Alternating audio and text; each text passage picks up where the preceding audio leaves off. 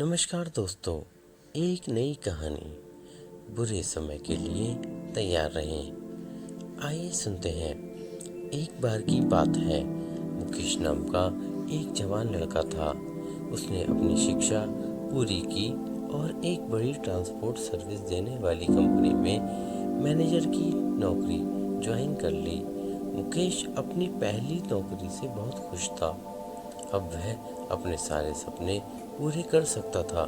उसका बचपन से ही अपने खुद की एक लग्जरी कार का सपना था और अब ये सपना उसे और ज़्यादा सताने लगा था, क्योंकि खुद ट्रांसपोर्ट कंपनी का मैनेजर होते हुए भी उसके पास कोई कार नहीं थी।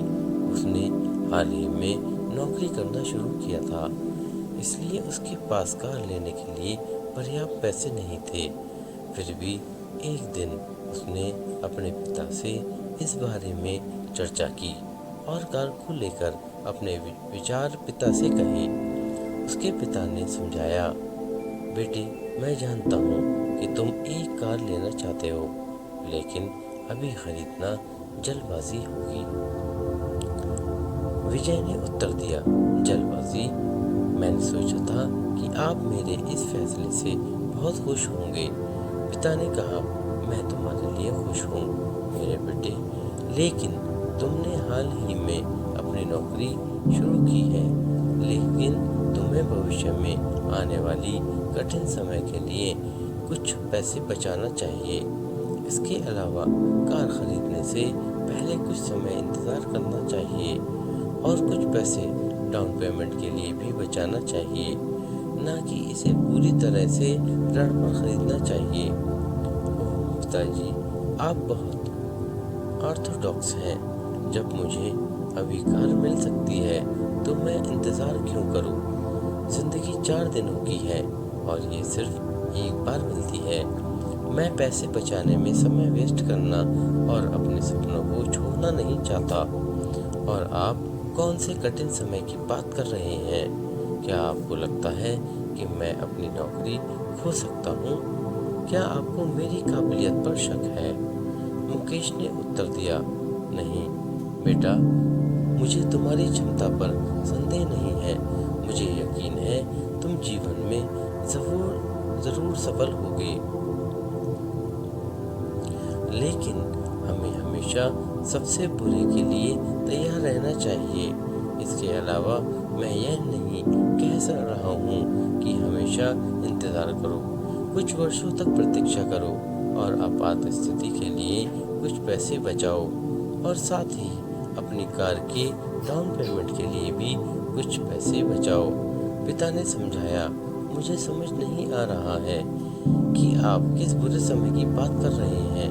मैंने कमाई शुरू करने के लिए वर्षों तक इंतज़ार किया ताकि मैं अपनी कार खरीद सकूं। मैं अब और इंतज़ार नहीं कर सकता, विजय ने जाने से पहले कहा। विजय ने कार लोन लेकर आगे बढ़ने का फैसला किया। उन्होंने ऋण के लिए आवेदन किया और उसे तुरंत मंजूरी दे दी गई।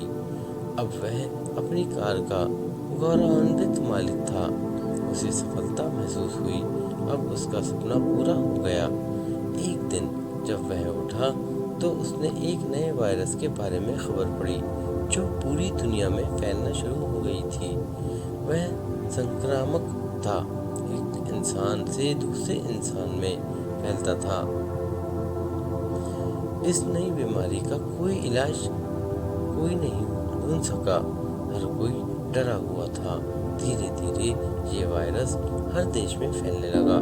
सरकार ने यात्रा पर प्रतिबंध लगा दिया। अचानक यात्रा उद्योग ध्वस्त होने लगा। एक दिन मालिक ने मुकेश को नौकरी से निकाल दिया। वो टूट गया। उसने कभी इस स्थिति की कल्पना नहीं की थी। उसके पास कोई बचत नहीं थी। इसके अलावा उसके पास अपने कार ऋण का भुगतान करने के लिए पैसे नहीं थे। विजय को रात को नींद नहीं आती थी। अंततः उसे अपनी कार छोड़नी पड़ी।